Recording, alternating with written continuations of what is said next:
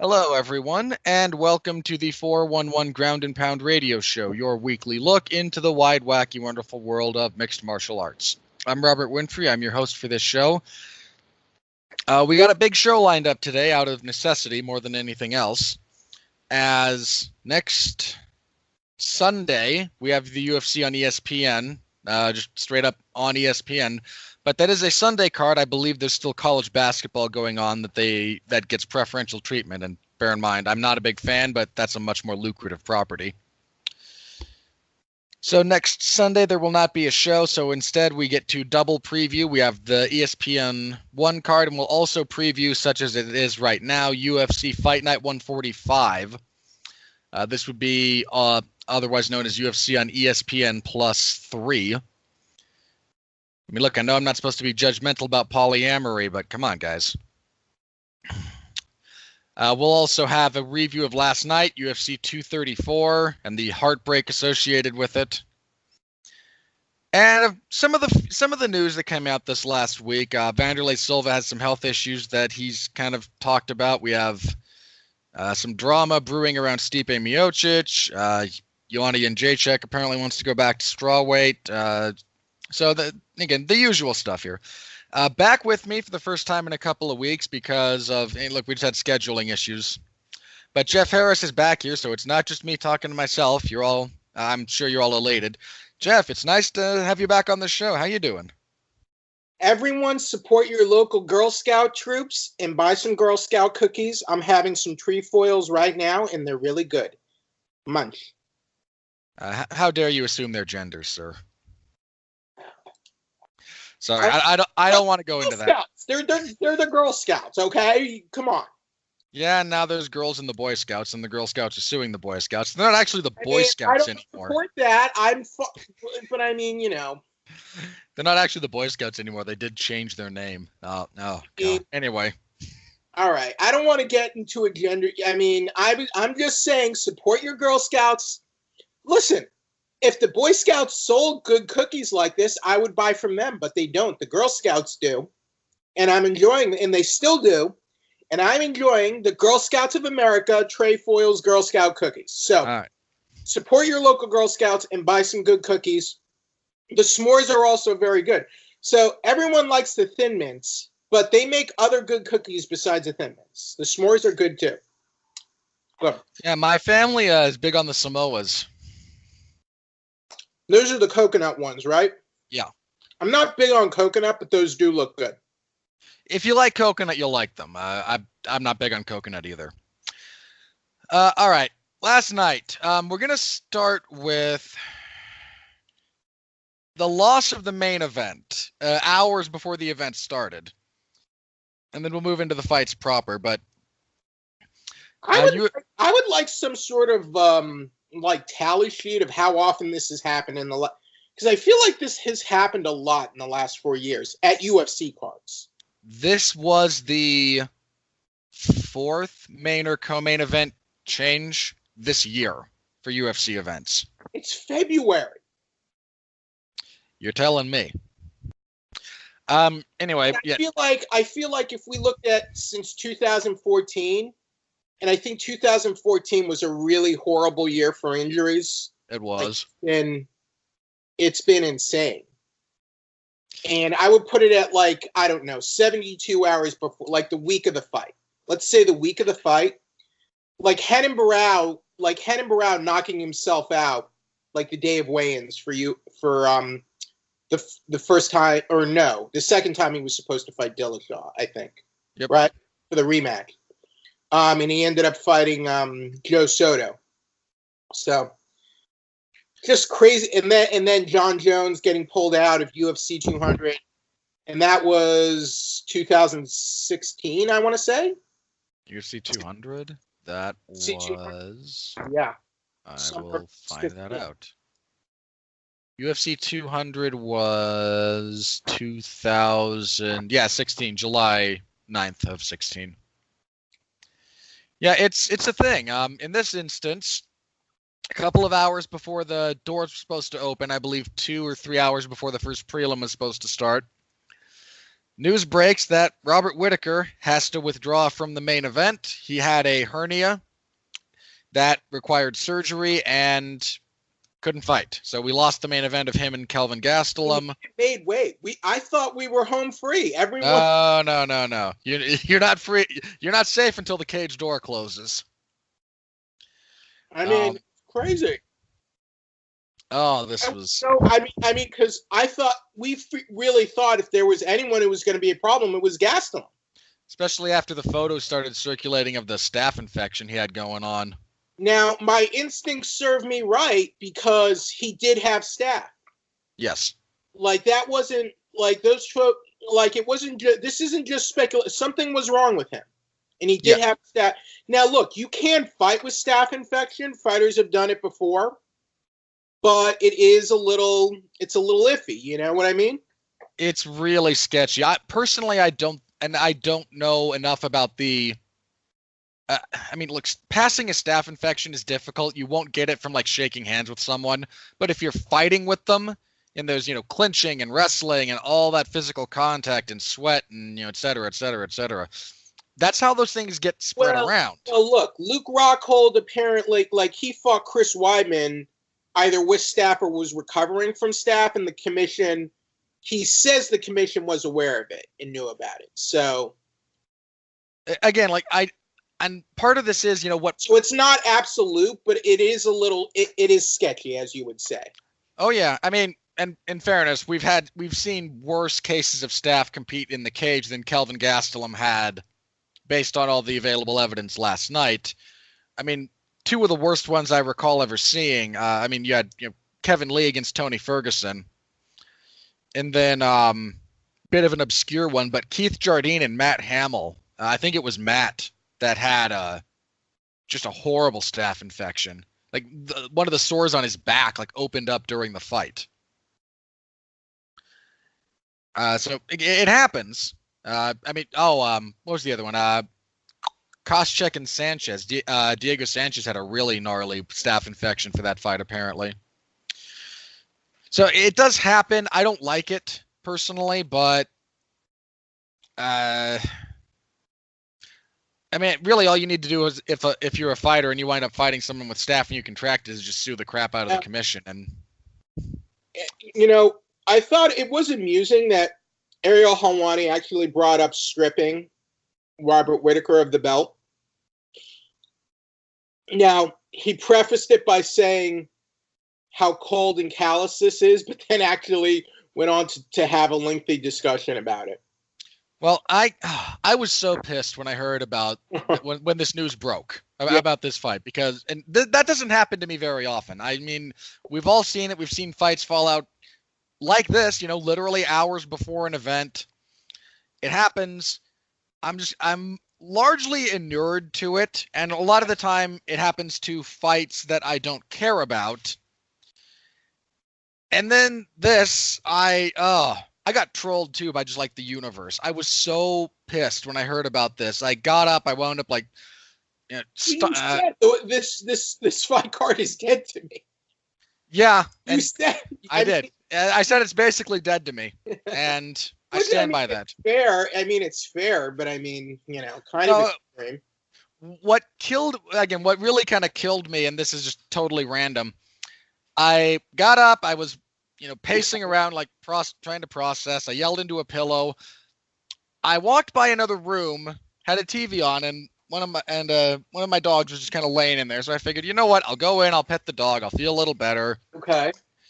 And as I walk in, I start petting the dog, and a commercial comes on this television. Okay.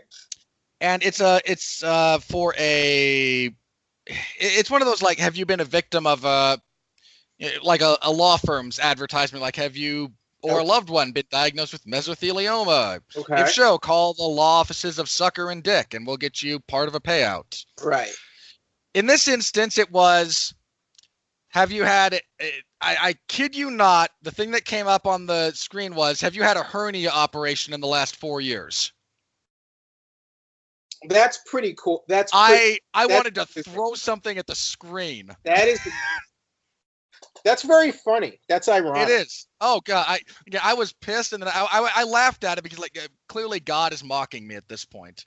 Like there's no, that was just the most random thing to have happen. So weird. I was pissed. I wanted to see that fight. I thought this card needed that fight. That's why I don't believe in like random chaos. Like I feel like there's something greater at work. I don't know if you would call it God or whatever, but I feel like there's something going on. Because there's no way I feel like there's no way that can be a coincidence, you know? Again, I think God has a great sense of humor. I am a religious guy personally. Okay, I agree. You know, to an extent. Not that I'm super religious, but to me, there's got to be something at greater at work when something like that happens. You know what I mean? Yeah, I mean, in fairness, I did need the laugh too. So again, I got pissed. I laughed about it later. I feel like I was like, okay, everyone made weight. We're good. We're home free. And then I wake up in the morning and I see and I read your thing. The fight is off, and I'm like, what? What did I do? We everyone made weight. It was good. We were good. We were right there. That again, look, everyone making weight is simply a bullet to dodge. It's a big bullet, and it's one of the last ones, but it's not the last one. Yeah. So again, Whitaker had emergency surgery. What if someone collapsed? What if we? Wouldn't it be? This is terrible that I'm saying this, but what if someone had a medical issue and just fainted on the way to the cage or walking into the cage, and the fight would end that way? I would laugh. I mean, assuming no genuine danger to the people involved, I would laugh. I would laugh my ass off. I feel like that has to be the next thing. I mean, we've had guys get injured warming up backstage. That's happened. Right. But in a main event, has that happened for a main event or co-main event for UFC card? Not in a really long time. The last time I think something similar was Kevin Randleman injured himself. I remember Stefan Struve had a panic attack before he was supposed to fight Matt Mitrone. Yeah, that wasn't the main or co-main, but that was featured. It was on the main card. It was on the main card. It was a main card fight. I think I want to say Weidman versus Machida. I think Rousey versus Kaufman was on that card too. I'll take your word for it. But it has not happened to one of the top two fights. Right. Again, like that yet. But not that I don't wish ill on anyone, but I mean, I'm just man, I feel like it's sort of like the universe conspiring against us at times. At times. So anyway, point being, Robert Whitaker had surgery now, if this was just the hernia injuries, for those unaware, especially abdominal hernias, which is what he had. It's just the muscles that kind of hold your intestines and whatnot in place, rupturing. And they're a relatively common injury. Most of the time, you get a hernia from lifting something that's too heavy, all of a sudden, or. So he could have done it. He could have aggravated something in his workouts while he was prepping for this fight. Oh, once you have one, you can aggravate it by rolling wrong in your sleep. Once it happens, they can get aggravated all kinds of ways. That's not what it sounded like what happened with Robert Whitaker here. Now, look, Dana White's not a doctor. He's just and these are secondhand statements, so I don't know the accuracy of these statements. But this does come from Dana White, so. Yeah, and I'm saying take it for what it's worth. Yeah. Well, again, if this had just been the hernia, it probably wouldn't have been a major deal. Again, hernia surgeries are very, very common. Apparently, they happen a lot in infants. I had 2 when I was a small baby. Here, I have the quotes from the press conference from Dana White. So apparently he's in recovery and he's out of surgery. So. Apparently he's doing okay at the moment. He's in the recovery room with his wife and his family. This is one of those freak accidents where the doctor said he'd literally never seen this type of injury. Oh, this is when he spoke to Megan O'Leary. In a young person, this usually only happens to old people. His bowel and his intestines poked through the hole and it didn't happen yesterday after the weigh-ins. They think he had this problem, and it's been going in and out. And it's one of those situations, had it popped out during the fight, it could have been fatal for him. So this is really serious. We don't know exactly what happened with the doctor. Hopefully they popped it back in and sewed it up, and if that's the case, he'll be out 4 weeks. This was a freak injury, less than 1%. Our doctor here at the USC, who's been doing this for 30 years, has never seen it ever in his career, and not in a young person. It's usually in much older people. So look, I'm not a doctor. Dana White is obviously not a doctor, but this is like what they're saying. And, well, again, what seems to have complicated it is, again, if it's just a hernia, the 4 to 6 week timetable is pretty accurate from what I understand. Apparently, he also had an issue of some of his intestines being twisted and partially collapsed, which is a much greater issue. Sounds serious. I don't know. Well, look, I love Robert Whittaker. I mean, Robert, you know I love Robert Whittaker, right? You know I love Bobby Knuckles. We all love Bobby Knuckles. But he has these type of freak illnesses quite a bit, and I think even you can't deny that, right? No, he's dangerously close to like Dominic Cruz levels of chronic injury. And look, I'm not saying he should be stripped of the belt. And look, and what happened with Yoel Romero, that was Yoel Romero's fault. But he's been champion since I think 2000. I mean, quite a while. He's been interim champion since 2016, and he's never once defended the title. Granted, we waited. Partly we waited this long because of because they did the Ultimate Fighter, right? Well, they did the Ultimate Fighter also to accommodate the broken hand he suffered in the Romero fight. Right. So it sounds like this won't be too long, but if something happens again, I would not mind. If he gets injured again, I'd be okay with stripping him of the title. Because look, now we have Gastelum and arguably Adesanya as well. And we'll get to that, but I just feel like something happens with Whittaker quite frequently. I mean, this is he had chicken. I mean, for crying out loud, he had chicken pox. So he might. I hope he can fight again soon. I want him to fight again soon. I'm just very concerned because it seems like something happens with alarming regularity for him. He gets sick or something. He can't, for whatever reason, he can't stay healthy.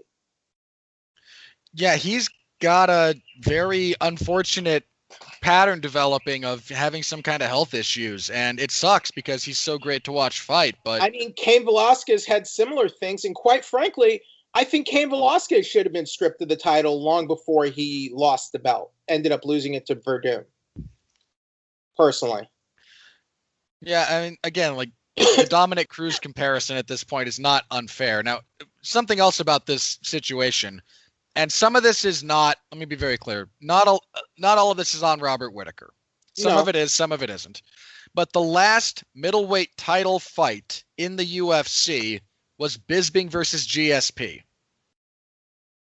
For the actual middleweight title. Yeah. Yes. And Whittaker was already interim champ at that point.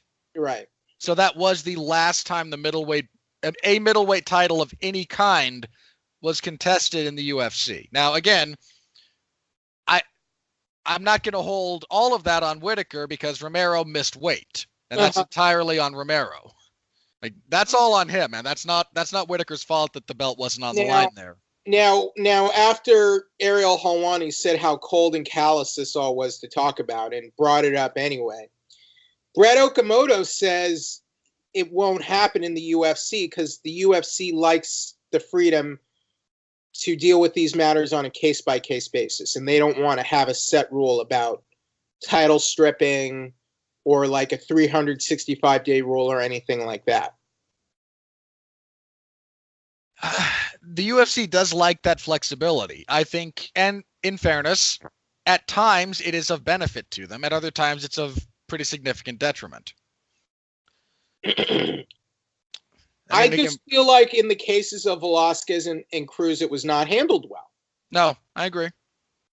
And you know what? Arguably to the benefit of guys like Velasquez and Cruz. To Velasquez, yes. I'm not sure about Cruz. Because Velasquez was already getting quite injury prone at the time. Cruz, they should have. They let him hold the belt way too damn long. Yeah, no, they waited too long to strip the belt from Cruz. I just don't think he was able to substantively benefit from it, whereas Velasquez, I feel, did. I mean, he was still technically champion that whole time. And it didn't benefit him at all. All right. I just don't think that's fair, though. I don't think it's fair to the other bantamweights. I would not be opposed to having some sort of I think we've said before, have a fight scheduled within a year. Within if not fight within the year, have the fight set within that year time frame. And I would be fine if there were I think it would be fine to have an extenuate, like a clause that says we can overrule this under extenuating circumstances. I think that would be fair as well. You know? Yeah. And I don't disagree with that. So again, hopefully Whitaker heals up soon and we can get that fight rescheduled. McGregor, I mean, that whole thing was a mess as well. Oh, Conor, the UFC letting Conor hold titles forever for publicity's sake did serious damage to both the featherweight and lightweight divisions. Featherweight's only now getting back on track. Right. And even that's somewhat hiccuped by the occasional health issue that Max Holloway has. Well, as I recall, they made Conor vacate right after he won the lightweight title, didn't they? No. I'd have to double check. No, because Aldo fought Frankie for the interim title prior to Conor fighting for the lightweight title. Conor won that. Then he got to just parade around with both belts for a while before the UFC stripped him. And then he just held the lightweight belt until the Mayweather fight was done. I recall he had to let go of the featherweight right after he won the lightweight, but I could it was in a timely fashion. It was not right away, but it was within, I believe, like 3 months.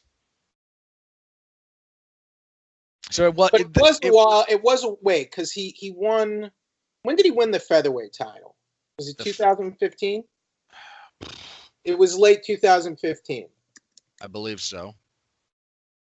Because he was supposed to fight for the lightweight title, I believe, in the middle of the year, and then Huff, and then what? Got injured. Yeah, Dos Anjos had the injury, and then he ended up fighting. Then he fought Diaz twice, and then he fought Alvarez. Yeah, he won the title in December of 2015. So basically, the featherweight title was in limbo for like a year, basically. A little over, yeah. No, they set up the interim title in the middle of the year with Aldo. All right. But yeah, I think we do need some sort of policy about this, but whatever. I mean, even some kind of even if it is very informal, there needs to be some kind of structure in place. As it is, it's very obviously a kind of fly by the seat of your pants thing. Because I don't think we just need to make interim titles for the heck of it anymore. Because look, we saw what happened with the interim welterweight situation and this whole thing with Bisping and GSP. Yep. There you go. So Israel Adesanya versus. So anyway, the point being that again we lost that. Adesanya and Silva got moved to the main event, and you know what? That fight in many ways exceeded my expectations. I expected a largely one-sided affair, followed by a finish. And while what we got was a one-sided affair, all things considered, I think even giving Silva the second round is a touch generous. I agree, but I still think Adesanya is getting overhyped. Some of it, yes. Some of it is also... He's exciting. Don't get me wrong. I think he's a great prospect, and I'm glad the UFC has him. I'm just not sold on him. Like, I think I'm sold on him as like a potential contender. I'm not sold as him on him as a future champion. I'm sorry. I don't see it. That's fair. Anyway, Adesanya defeats Silva via unanimous decision, 230-27s, 129-28. Like, if he were to fight, even with all this crap with Robert Whittaker, I would still pick Whittaker if they were to fight. You know? I would pick Whittaker over Adesanya. He's one of the few guys, though. I think it'd be a tough fight for Whittaker, but Whittaker is a great fighter. Yeah, again, I would favor Whittaker, but a lot of the other division I don't think I would favor. I think I would favor Adesanya to beat, actually. What about Chris Weidman? Yeah, I'd favor Adesanya. Okay, fair. I mean, Weidman's too chinny at this point. Okay, good point. That said, I would be okay with that if that was the next fight for both guys. What about Kelvin Gastelum? That's another interesting fight because Kelvin is such a good wrestler. Honestly, I think Kelvin could beat him. Kelvin could, but I would lean towards Adesanya because what Kelvin does is, and I don't mean this as a negative, Kelvin's game is fundamental. It is fundamentally sound, but it's a lot of march forward, 1-2. Jacare. That's a tough one. I don't know. Okay. Yoel Romero. Oh, God. I have to see how Romero looks against Costa. Okay. That's a good fight, too. Yeah, Romero and Costa's a good fight. Costa, actually. Okay. But I mean, the fact that we have to get to the very top of the division. It sounds like it was a fun fight. People enjoyed it, despite all the chaos. I enjoyed it. This is weird because there was a lot of flashy stuff from both guys. They both tried wheel kicks. They both tried other spinning attacks. They both did flying knees a couple of times. What ultimately won Adesanya the fight, though, was not the flashy stuff. It was just the fundamentals. It was just consistent leg kicks, consistent body kicks, a really solid left hand, either from orthodox or southpaw. I mean, he had Silva's right eye busted up. He did more effective damage to Silva in this fight. He also just did more damage. He just did more generally. Silva had a very low output for this fight, which is not inconsistent with Silva generally. Well, there was a lot of fun to be had in this fight for what it was. It was two very high-level strikers showing off on occasion. In his heyday, people just got psyched out fighting Silva, you know? Yeah. Cormier is gone. Like, people got in there with Silva and just didn't know what to do. They were clueless. And, credit to Silva for still being able to hang in there with some of the the relevant fighters in the division, because while he lost pretty cleanly here, he didn't get blown out of the water like I thought he would. Well, if Silva wants to stay and fight a couple special attraction fights, I'd be okay with that. Not against the younger, hungrier dudes, though. Like, I wouldn't want to see him fight Apollo Costa. No, I have no interest in that. He actually, I think Silva floated the idea of a rematch with Nick Diaz on the Curitiba card. I mean, I guess I'd be okay with that, but like, does Nick Diaz even want that fight? Is Nick Diaz even getting up for that fight? I don't know. Who knows? I mean, it's Nick Diaz. No one knows. That said, if in a world where that fight is on the table, I'm okay with that. I mean, I didn't love their first fight, either in the build-up or in execution, but I could live with it. And Anderson he's not from Curitiba, is he? Let's see. He was born in Sao Paulo. Okay. Sao Paulo. I don't know if he was raised there. He fought out of Curitiba and has for a long time. Okay. Okay. Well, I mean, now he's in California, but for a long time he was based out of Curitiba, so it is like a second home to him. Look, he's in great shape and he still trains really hard. I know that. I've seen it firsthand. Eh, Yeah, I mean, somebody else pointed this out and I don't remember who it was, so I apologize. But when you saw Chuck Liddell at roughly the same age hitting pads, you thought, "Oh God, don't ever fight again." yeah. When you see Anderson Silva hitting pads, again, it's clear he's not what he used to be, but he's not. You don't watch him, just in Well, training and go, "This is a bad idea." So again, like if he wants to stick around and keep doing this, again, just keep him away from the. I mean, he didn't get destroyed by Michael Bisping or even Cormier for that matter, No, or no, Brunson. God, he should have lost the Brunson fight, but no, I he mean, was not. He was not destroyed. He's had those PED issues. He technically, he won the Nick Diaz fight before it was overturned. Whatever. Again, if you want to, if he is okay with fighting his last couple fights on his contract, I just wouldn't put him against surging contender fighters. no, I wouldn't even put him against someone at the top of the division, like again, you mentioned, someone of Adesanya's level, so a Jacare type of, or another Weidman fight. Not even Jacare. Not even Jacare. No, keep him in the attraction mode. Find interesting fights. Okay. If they were to book, say, Shogun, I'd be okay with that. Just as an example. Yeah, I could live with him in Shogun. It'd be sad in a lot of respects, but I could live with it. I mean, if they wanted to do that for Brazil, I think it would do very well, actually. If both guys are amenable to it, yeah. But I think I just want to be careful with Silva because now we're reading about what's going on with Wanderlei, and I'm a little concerned. Yeah. Well, in fairness, Anderson has absorbed about half as much damage as Wanderlei did. Probably, but you never know. You never know. That's true. It doesn't take much with head issues. As for Adesanya going forward, I think you're probably going to wind up seeing him fight another contender level fight. Well, Dana White called this a contender fight. And he says that a lot.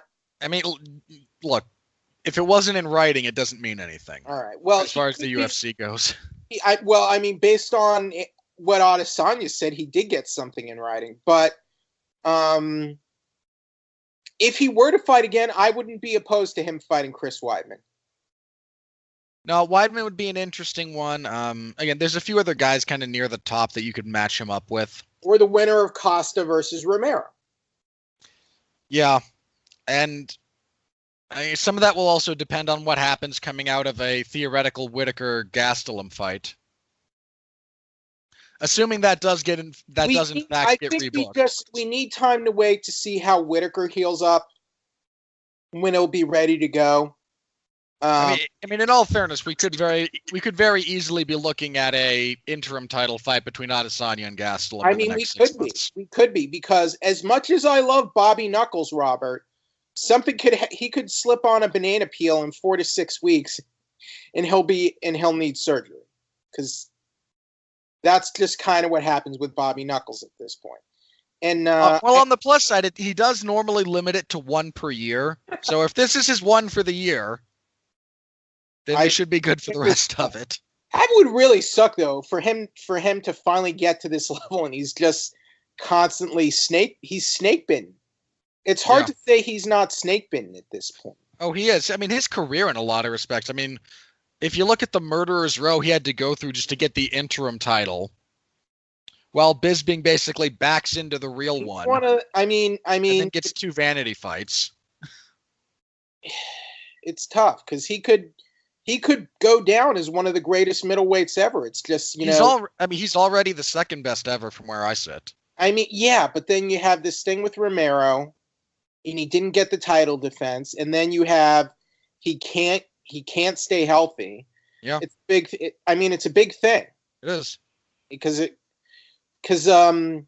look, we thought Pettis was gonna be an all-time great, and Pettis was in a great spot, and then just injury after injury after injury. Him, it was just injuries, but with Whitaker, it seems like not. I guess they are technically injuries, but just these health issues are just crazy. But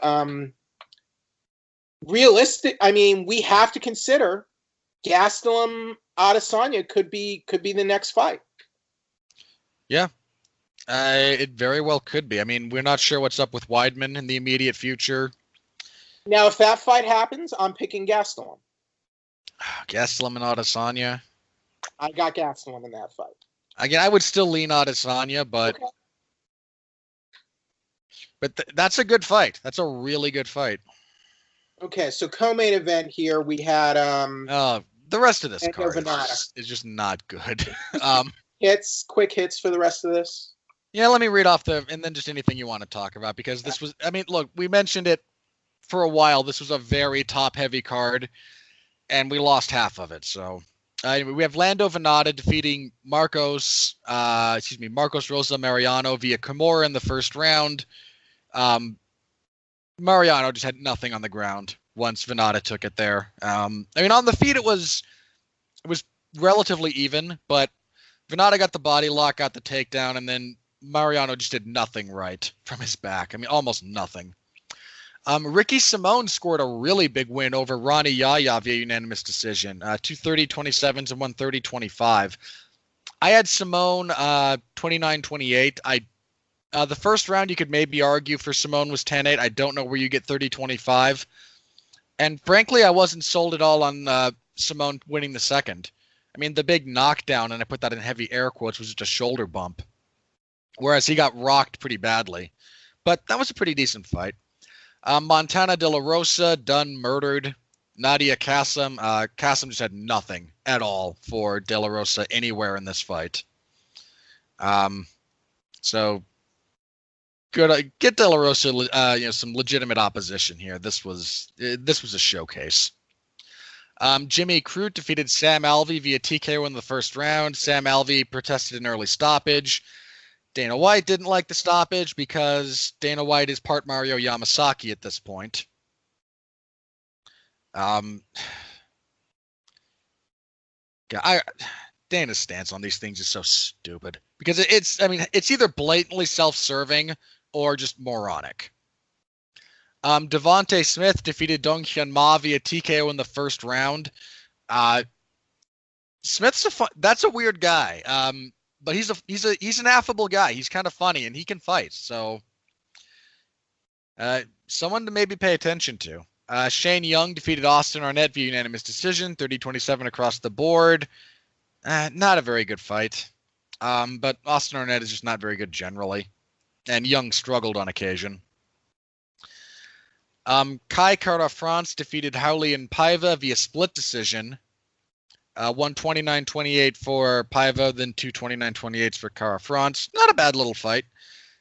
Kara-France was very mechanical. When I say mechanical, I don't mean stiff. I mean very rote. This is the combination I'm throwing, and then I'm going to stop. There wasn't a lot of active reading going on. And Paiva, once he kind of got a read on that, gave him a lot of problems.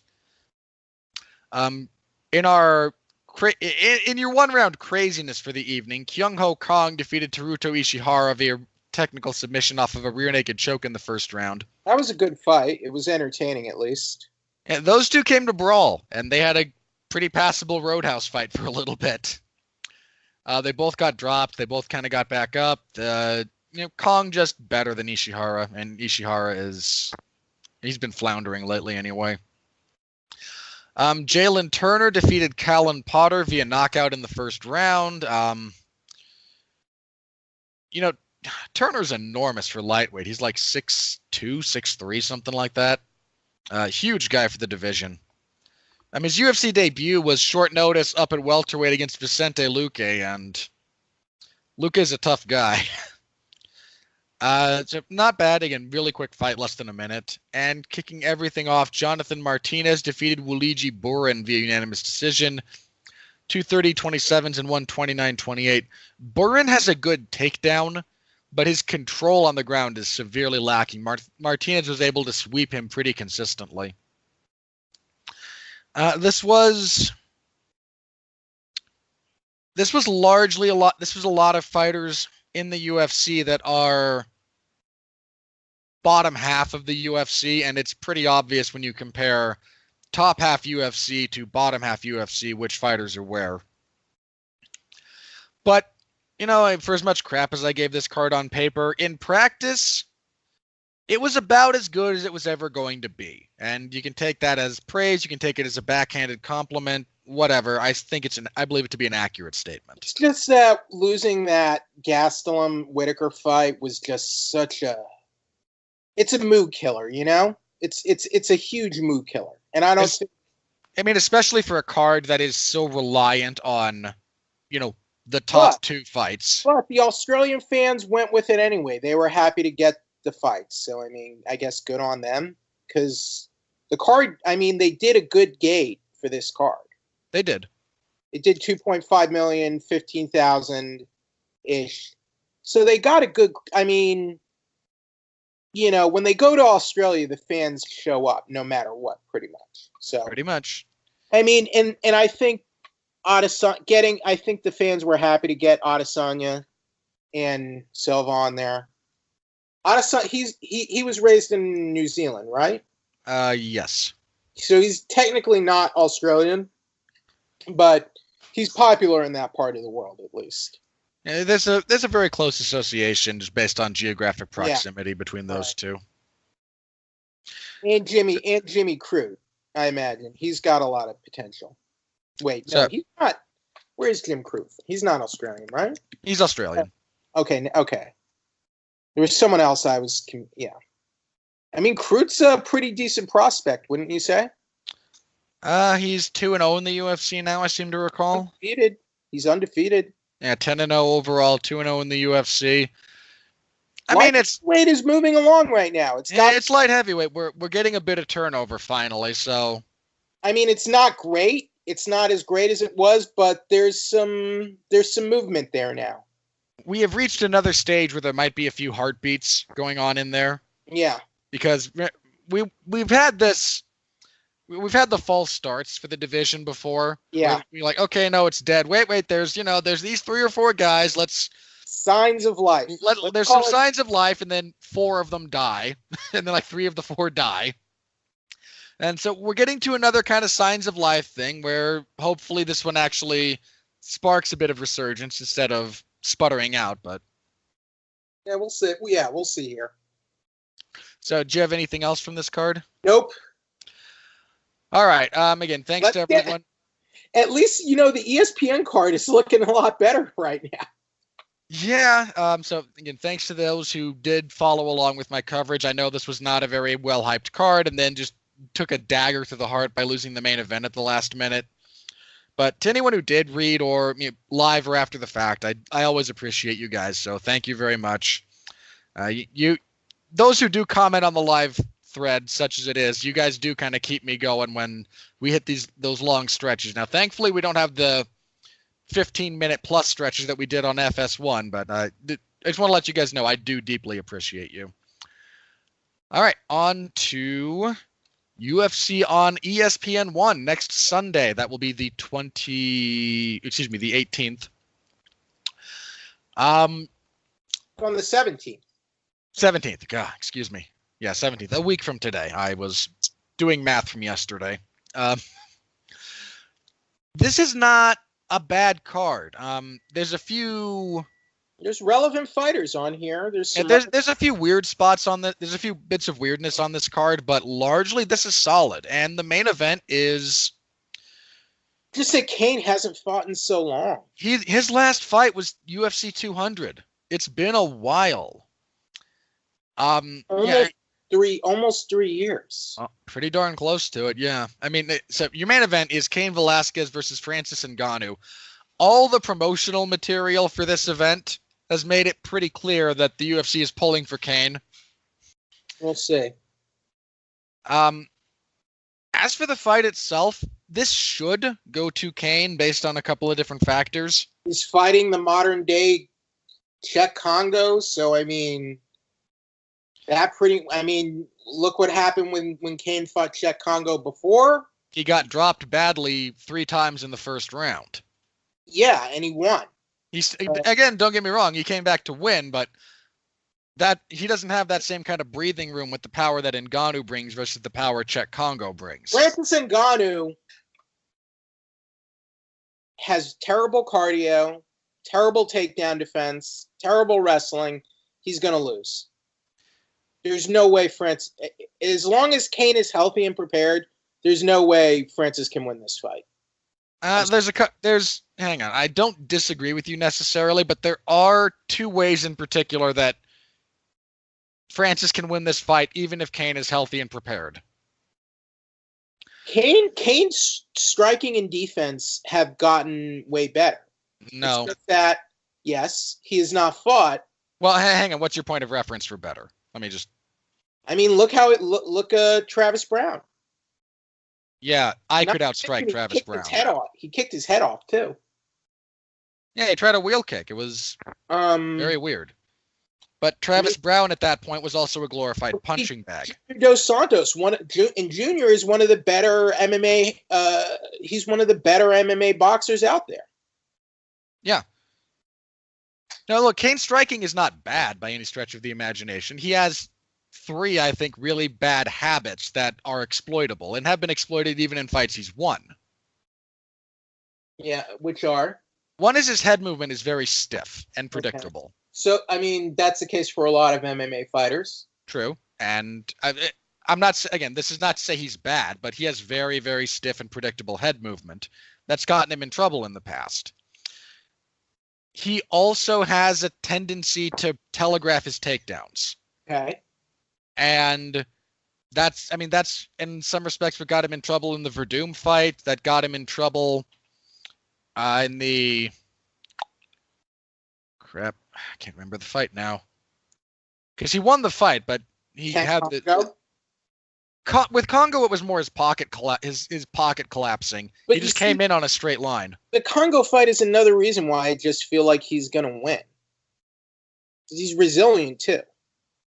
It was the second JDS fight that he just ducked very obviously in for his takedowns and kept getting clipped with the left hand. All right. Brock had some success against him in the clinch. I don't expect that to be replicable here because Ngannou doesn't have the wrestling that Lesnar did. But given how, let me say this. If Cain doesn't feint properly, if he doesn't get Ngannou biting on things, if he just tries to duck and charge in on a double leg, Francis could easily time an uppercut and just sleep him. If Cain were fighting Stipe, I would be a little more concerned, but he's not. He's fighting. If Cain were fighting Stipe, I'd pick Stipe. Here I'm picking Cain here. He's fighting the most over high prospect since Hector Lombard. So, yeah. Again, he just has a couple of things that he does have to be diligent about. And again, one of those is his head movement. He can't be as stiff as he is normally. Another is being active with feint. Again, what Stipe did so successfully against Francis was not just wrestle him. It was getting him to commit his body weight every time Stipe would show a shoulder move. And leg kicks, a good jab, getting Francis to freeze up and bite on all of his fakes opened up everything else Stipe did so successfully in that fight. Cain can't just come in and think, I'm going to double leg this guy. You do have to set it up, because if he just charges after that double leg, I think he's going to find himself hurt, if not completely unconscious. That said, again, I am picking Cain. He is the more well-rounded fighter. He has the better experience against high-level opposition. But I will not be surprised if Francis catches him because of the exploitable habits that Cain has. And I look forward to Cain's victory. I look forward to Cain saying he's coming for the belt, and I look forward to him sitting out for another year and a half after he destroys some other part of his body. But it's a high-profile heavyweight fight that has a fair amount of buzz around it, all things considered. So it's a good main event.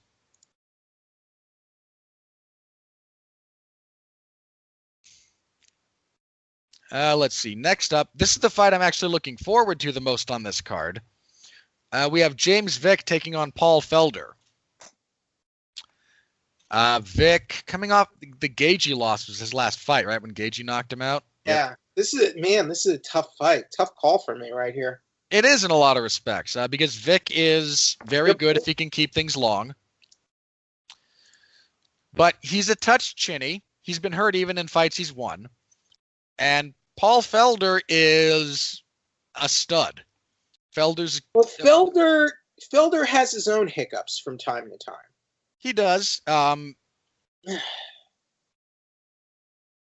God, that's so weird. Like, of all of his losses, there's only a couple that are really like stand out as. I think in terms of striking, I think Felder might be better and more technical, but I think in terms of well-roundedness, I might be leaning toward Vic. Excuse me, and Felder might be a slightly better striker. Yeah, more technical striker. Tough call. This is a really tough one. I'm going with Vic.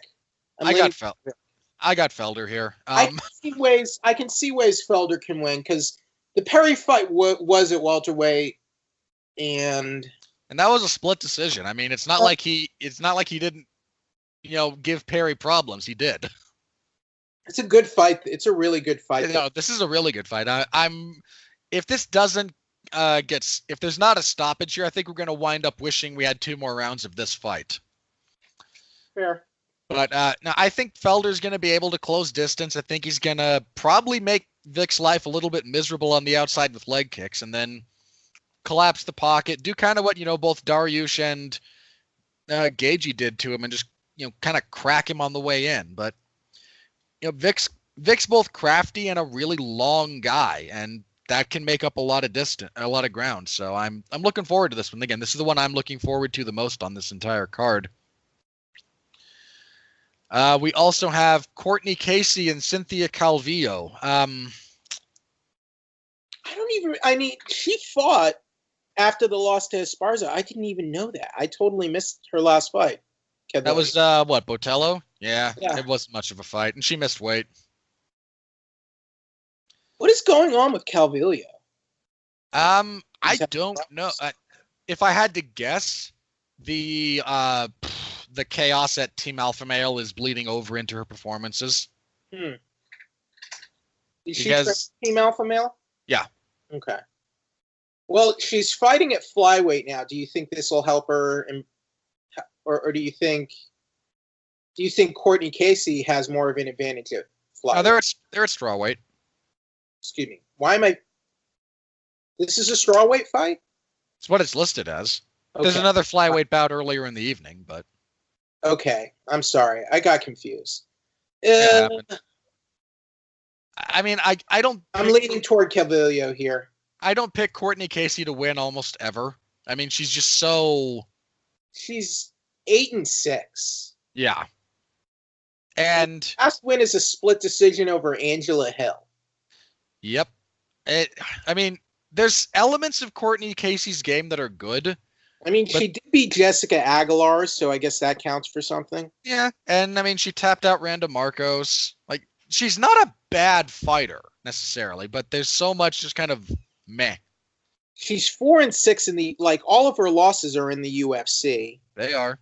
But she's 4-6. She's still 4-6 in the UFC. That's not a good record. It isn't.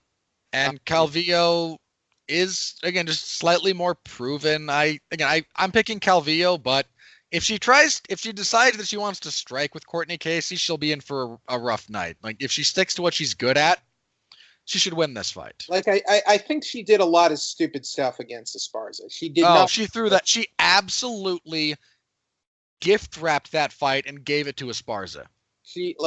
That was, I feel like, the worst performance of her career. So by a mile. Like, she won the first round decisively and then just stopped doing everything that won her that round in the next 2 rounds. And acted like she won, which pissed me off. So it was, oh God, it was so stupid. But again, okay.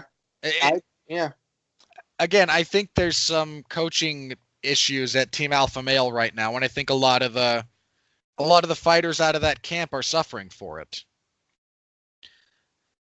And again, that happens in all major camps. There's personnel changes, there's hiccups, et cetera, but I just think at the moment, Team Alpha Male's going through one of those. They haven't had a very good time of it lately.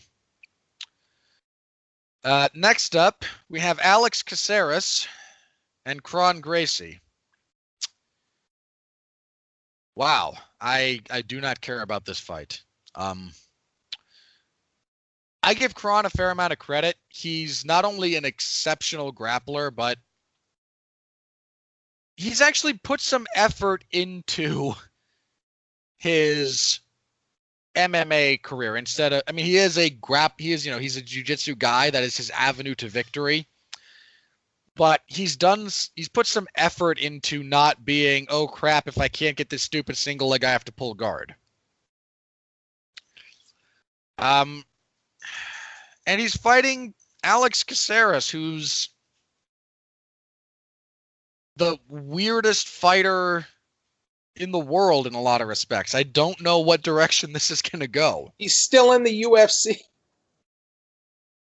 I mean, he saved his job in all likelihood with his split decision win over Martin Bravo in July of last year. That wasn't a good fight. It won fight of the night, but that's because that whole event sucked. Is Kron Gracie any good? Hickson Gracie's son. Yeah, I mean, he's not bad. He's 4-0 in MMA. He's fought, I think, 3 times in Ryzen. He last fought Kawajiri and submitted him. I mean, don't get me wrong. Kawajiri's on the downside. He beat a 40-year-old Kawajiri, so I mean. Yeah. So I don't know. I mean, I'm torn because if this hits the ground, yeah, Caceres is probably going to just get drowned in the jiu-jitsu of Gracie. But I'm not completely sold on Gracie's takedowns.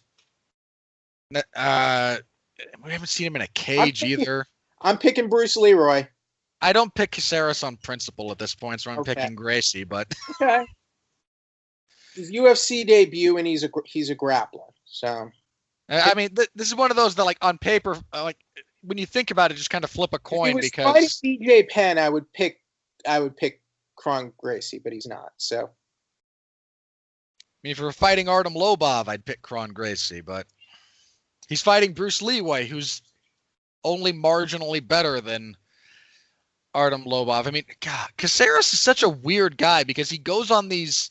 He'll have a couple of good performances that, you know, maybe give you some hope for him. He'll have a decent streak, and then all of a sudden, it's just, you know, 2 in a row, it's 3 in a row. It's before the Faber fight, he was looking like a halfway decent fighter. Yeah, he was fighting at top 50, and then he got. It wasn't the Faber loss because it's Faber.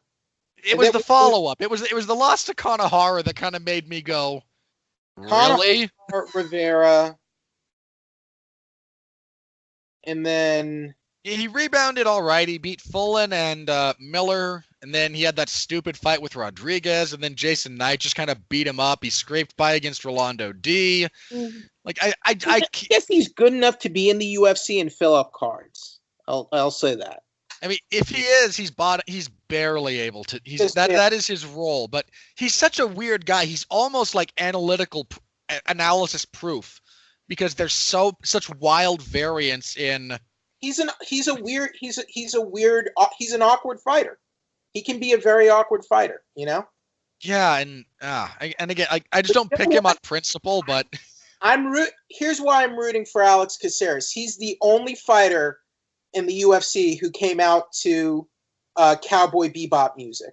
He did, and he does have a space in my heart for that. He really does. Now, if Israel Adesanya would come out to let's say he came out to Goblin Slayer, not rightfully. If he came out to what's the opening for Goblin Slayer? I don't know. If he came out to an anime opening or something, like Israel Adesanya would be, I'd be 100% all on his hype train. Let me say that much. Comes out to your Crimson Arrow will pierce the sky. Yeah. If he came out to Goblin Slayers rightfully or something, or came out to Fighting Dreamers from Naruto, I'd be okay. I'm all in for Israel Adesanya now. I'm riding the hype train, but he has not done that yet because he has the freaking blood seal tattoo on his navel from Naruto, but he's not coming out to anime songs. So I'm saying if you're going to act like a weeaboo, Israel, I want 100% weeaboo, okay? By the way, in case anyone doesn't know what weeaboo means, it's a term for like non-Japanese otakus who like are desperately into like otaku culture and acting Japanese and stuff. I mean, look, it's Kenny Florian, okay? You can just say they're like Kenny Florian. Yeah, there you go. Anyway, so that'll be interesting.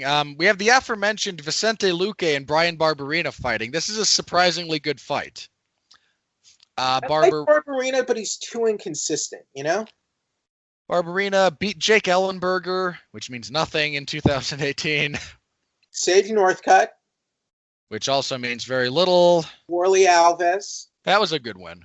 That was a really good win, actually. The Proctor win was pretty solid.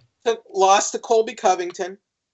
And Leon Edwards. I mean, he's not losing to nobodies, you know? I mean, and Chad Laprise is his other one. Colby Covington. I mean, he gave Covington a few problems in that fight, if memory serves. But and then he has a winning record. He's just too inconsistent for my taste. On the other hand, we have Vicente Luque, who only has 2 losses in the UFC. One was to Michael Graves, who I don't think is in the UFC anymore, and the other's to Leon Edwards. Leon Edwards, who's a top contender at this point. Right. He is 7-1 in his last 8. I mean, he's 7-2 overall in the UFC. He's on a 3-fight winning streak. He's finished all of them. I mean, Luque's a really good guy. Luque's a really good fighter. All of the last 7 wins have been finished. Yeah, Luque's legit. I have him here pretty much all day. Yeah, I'm picking Luque. This is a decent fight. It's a good fight. It is. And honestly, I see for where Luque is right now, I think this is a good test for him. Because Barberena is like, to me, I see Barberena as like a solid gatekeeper type, like a mid-level. And you need these. To me, these are the kind of important fights that kind of build your resume up before you get to those top 10 fighters. And kicking off the main card, we have Andre Fili for some reason. Fili's last clear win was over Artem Lobov. I feel like Luque should be in the top 15, if not very close right now. I'd agree with that. I don't know if he is currently ranked at the moment, but he's on the cusp of it. Anyway, we have Andre Fili and Miles Jury. Jury was last seen getting knocked out by Chad Mendez, whereas Fili got decision by Michael Johnson. Yeah. I mean, I wanted to say something snarky, but the fight was so bad, I can't even come up with something worse than, hey, watch the fight. It sucked. So Jury's going back down. Is this going to be at featherweight? Is he going back down? Yeah, no, he's always been at featherweight. So Jury didn't go back up. He didn't try. Okay. No, the last fight was Mendez. All right, I'm picking Jury here. Yeah, I agree. I got Jury. I mean, Andre Fili's just not all that good. Fili's like... He's like constant disappointment to me. I mean, if you had expectations for him, I think that would be fair. I mean, considering he got a lot of hype because he's a Team Alpha male product. So based on that, and like they constantly act like he's a big deal, but he never shows it. No, like that, I am perpetually amazed by the way people in the UFC talk about Andre Fili like he matters. They're like, oh no, he's 1 win away from being this like breakout star for the division, and he's just not. He's a space filler. He's not anything special. Anyway, on the prelim, Lobov is not enough to endear me to you. That seems like a very rational standard, so I approve. All right, on the prelims, darn good fight here. Jimmy Rivera versus Aljamain Sterling. This could easily be on the main card. Could be a co-main event, honestly. Yeah, this is a really good fight. Rivera. This fight is there just to give the prelims a hot, to give a hot fight to the prelims. Yeah. I mean, look, the prelims, like, it's all ESPN except for the early prelims. It's all ESPN. So they're just trying to give you something to stick around, to come for earlier, as opposed to just the main card. Rivera beat John Dodson. I mean, Rivera's only loss in the UFC or since 2008 is to Marlon Moraes, right, who should be fighting for the belt. And then there's Sterling. And Sterling's surging at the moment. I mean, he's done well lately. He's 4-1 in his last 5, and that loss was also to Moraes. He hit that Suloev stretch on Cody Stamann in his last fight. This is a good fight. I'm leaning towards Rivera because I think Rivera is a more consistent fighter, but there's some potential for this fight. This could be a good one. It's a very interesting fight. It's a good fight for the division because these are legit top 5. I mean, top 10 either of these guys could easily be in the top 5 with this win. Let's see where we are. They're both top 10 at the moment, I believe. Rivera is number 5, so Sterling's just outside the top 5. So yeah, this is a very relevant fight. Sterling he's been like pretty much top 5 before. So this is a good fight between two relevant contenders. Yeah, so it's a really good matchup for this card. We didn't have enough fights like this last night. No, at 234, we didn't. Frankly, after Vic and Felder, this is the one I'm looking forward to most. I mean, again, the only thing will this be an exciting? Will it be a good fight? Will it be an exciting fight? Because that's iffy because both guys have had duds on occasion. I mean, the Dodson fight wasn't very good for Rivera. Was not very exciting. Sterling can be an awkward fighter at times. He doesn't have the best. He doesn't have the best striking or transitional game. He kind of reminds me of Phil Davis in that sense.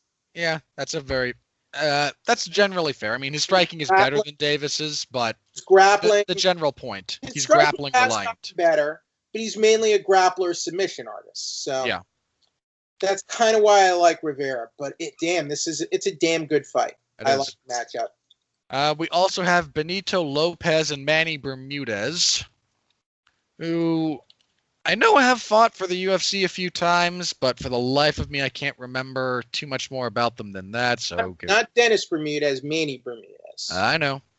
Let's see. Manny Bermudez is undefeated.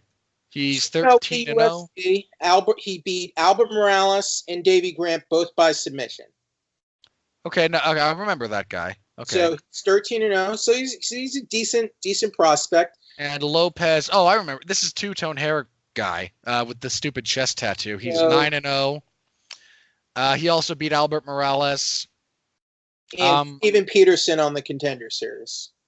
I got Bermudez. Bermudez. He looks like the more promising prospect of the two. Yeah. We have Ashley Evans Smith versus Andrea Lee. Evans Smith beat Beck Rawlings in her flyweight debut, but that's not exactly saying much. Andrea Lee beat Veronica Macedo. I'm sorry if I'm mispronouncing that. Macedo. I don't remember which way it is. This could surprise a few people in terms of the action these two can bring to a fight. I'll lean towards Lee.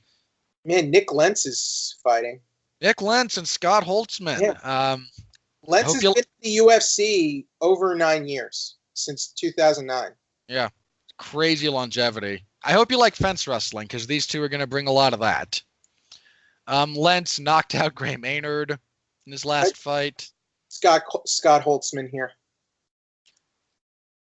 Yeah, Scott Holtzman. 3 in a row, beat Alan Patrick.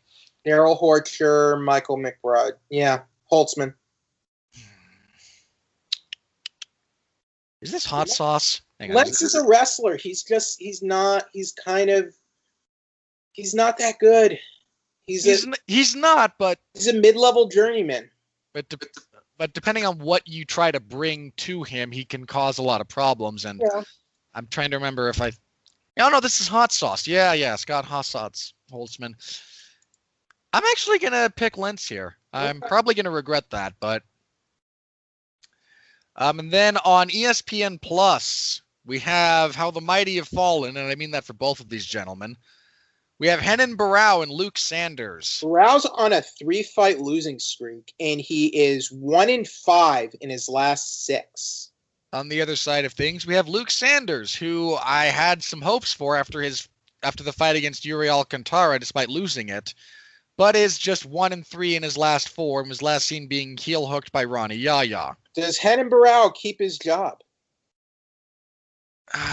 You know what? No. I think we'll have a competitive few minutes here, but I think Sanders is going to catch him with something, and Barão's going to lock up, plant his feet, and get finished. Who do you think had a more just meteoric fall from grace, Johnny Hendricks or Renan Barão? Probably Johnny, just because when Renan Barão, he did have that big rise. Yeah, but Johnny beat or was very competitive against a better class of opposition, right, than Renan Barão was. Johnny also never had the consistency in some respects that Barão did. Johnny had this very, very fast rise and then this horrible fall. There was nothing at the top. Barão became champion, defended it a couple of times. Barão actually had some time at the top and then just fell off the cliff. Johnny got to the peak of this mountain and then immediately misstepped going down the other side. There was no time at the top for Johnny Hendricks. But a little similar, don't you think? Oh yeah, both had very, very precipitous falls. It's crazy. But Barão's still in he's nowhere. He's not even a relevant contender though anymore. Not even close. Again, you mentioned he's fighting for his job. I think that's accurate. He lost to Andre Ewell. Who even is that? Ewell's actually not bad, but he can hang his hat on he got to the top and he was a champion. And he was a champion for a while. Again, this is a guy with a couple of title defenses under his belt. He beat some tough opponents. So he beat Faber twice. Stopped him the second time. Andre Ewell, after that win over Barão, lost to Nathaniel Wood by submission. So again, in fairness, Wood's a genuine prospect for that division. Wood's someone to absolutely pay attention to. But Barão's losing to no-name fighters now. Yeah. Oh, yeah. And he missed weight. He missed weight for his last fight too. He's not in a good. Barão is lucky to still be. He's arguably lucky to still even be in the UFC. Yeah, I would have cut him after that last fight personally. And I'm not trying to be callous, but it's just you got to make weight and you got to win. Stick around in the UFC. Not just, but he hasn't been looking good. He hasn't been performing. And you know what? I could see keeping him around if even in losses he was turning in good fights, but the fights are just kind of meh. Uriah Faber has one of the worst title records ever. You would agree, right? Oh yeah. Well, hang on. Okay. In the UFC. In the UFC, yes. But outside of those fights, he remained a relevant, strong fighter. For a lot, yeah. For a lot of it. For his entire career in the UFC. Pretty much, yeah. Barão just never had that after he lost the belt. He's only had one win since losing the belt, and I think that was the Mitch Gagnon? Or no? Okay, two then, because he had Mitch Gagnon and he had Felipe Nover. That's embarrassing. Okay? Now, granted, he lost to Stevens and Sterling. Legit. Those are legitimate losses. But Brian Kelleher and Andre, you should not be losing to. At the very least, you should not be losing to Andre Ewell. I'm sorry. No. Again, I got Sanders here, and I think this is the last we'll see of Renan Barão. And it happened so young for him too. That's the other thing. He peaked so young because he's only 32. Miles. It's not the years; it's the mileage. He did have a lot of fights before he got to the UFC, so there is that. He's got 40 some odd fights. Yeah.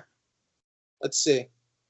Yeah, he had 30 fights before he got to. He had about his UFC debut. Well, he was He had almost 30 fights when he debuted in the UFC.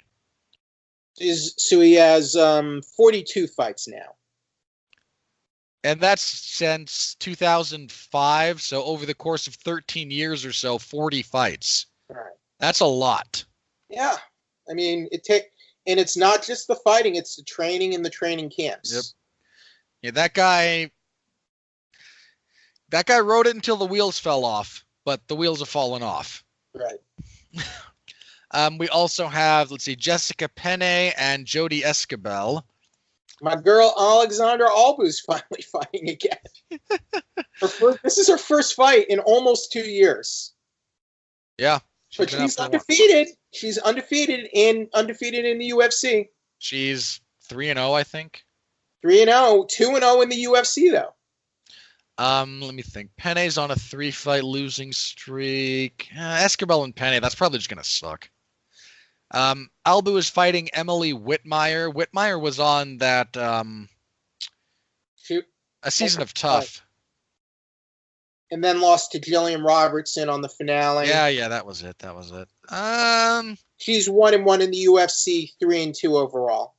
I'm gonna go ahead and pick Albu. I'll go with Albu too, man. I mean, she's one of those women who's more in the UFC because of her like Instagram account than her actual fighting ability. But you know what? She's fought, to her credit, when she's been in the UFC, she's fought while she's been here. So you know what? Props to you. Props to her for that. But look, like here, at least they're giving her realistic competition. Yeah, and she's curtain jerking the entire event. She's not on the main card. I don't have a problem with this. No, I can live with it. For the ESPN Plus prelims. Yeah, no. Again, this is a surprisingly good card. Have you seen her Instagram account? I don't have an Instagram account myself, but you don't have to have an Instagram account to look at Instagram, Robert. Oh, all right then. I like your response. All right then. I remember there was a bit of controversy around her signing because she was just 1-0, but was an attractive woman. And I mean, apparently she can fight. Hey, she's won twice in the UFC, and she's not fighting world beaters, but she's not being positioned as something other than an attraction member of the audience. An attraction fighter as a member of the division. So. It's strange to me she hasn't fought in so long, though. A lot of that was just her trying to shore up her game because she was really, really green. All right. Well, I guess that's fair. And I mean, I think she has a few other interests that she's involved in. What? Overall, I pretty much like this lineup. It's a really solid card. I mean, there's a few things that you look at and go, boy, that might not be good. But there are three really good meat and potatoes fights here. Look, Vicente Luque, that's a really good. I mean, he's a rising star. Yep. And this is a good fight for him. And then you have Rivera versus Sterling. That's a great fight. That's a really good fight. So you got Vic and Felder, and you've got a relevant main event too. I mean, again, much as I don't care about heavyweight as a general rule, Ngannou Velasquez is a pretty solid heavyweight fight. But if Velasquez shows up and he looks good, Velasquez is back. We'll see. And if they will immediately say Velasquez is back, and he will immediately do something stupid outside the cage to injure himself again. But if Ngannou's able to win. I mean, then he's back. That's a big deal. If he can beat Cain Velasquez, that's a big deal. I mean, look, suddenly Daniel Cormier, before he sails off into retirement, might have another exciting money fight for him. So there you go. That's definitely a possibility. So yeah, it's a really solid card. And again, next Sunday I will have coverage of that in the MMA Zone of 411 Mania. So I hope you will all stop by and hang out. Or read the report after the fact. I deeply appreciate all the support you guys give me. We're going to have to go to an early preview now for you. I think this, I'm sorry, Robert, but I think this lineup is better than the Plus card. Really? For what, this next card? Yeah, the ESPN, I think it's better than the first ESPN Plus card. It is. Top to bottom, it is. Let's see. Again, we have to do an early preview here for Fight Night 145 because that will be Saturday the 23rd. But again, with the event next Sunday, the 17th, we won't be able to do the show for that, so we're going to be off next week. But previewing for the 23rd, again, this is the lineup as it currently sits. It will probably change between now and then. Is this a Fight Pass card? This is on ESPN Plus. Are they going to do Fight Pass cards anymore? I don't know. Huh. They do not have any currently announced. Okay. To the best of my knowledge. I guess the international ones will be ESPN Plus then. We're not probably. Some of that will depend on, again, there's a lot of scheduling and whatnot that'll have to go into this, I think. But for the ESPN deal, they kept not all of them, but many of the less significant overseas cards to Fight Pass. But I don't know. At the moment, Fight Pass seems to just be like pay-per-view prelims and whatever other random combat sports they can put on there. There are a few guys. There are a couple. Let me say a couple guys I like on here. The main event is actually kind of relevant, and some of that. This is why I'm saying like light heavyweights kind of show, because Thiago Santos is a relevant fighter right now. Yeah, look, the gears are turning at light heavyweight, and the machine is moving, and hopefully it doesn't stutter again. Even Blachowicz has been doing. Yeah. He's been doing good things. He's on the best run of his career, considering he's been in the UFC for almost 5 years. This is probably your number one contenders bout. I guess. Bear in mind, division's still not in the best place, but the wheels are, the gears are turning. Santos. My point is this: Santos is legit. He was a solid banger at middleweight and he's been doing great things ever since he moved up in weight. Yeah, he's 2-0 at light heavyweight with wins over Eric Anders and Jimmy Manuwa. Blachowicz is on a 4-fight winning streak. He also has a win over the current number one contender in Anthony Smith. Yeah. A knockout win over Anthony Smith. That was at a lower weight class, but look, even Anthony Smith has looked legit lately. Wouldn't you agree? Oh yeah, there's a lot of guys who just seem to have kind of moved up from middleweight and are now kind of finding themselves at light heavyweight. Yeah.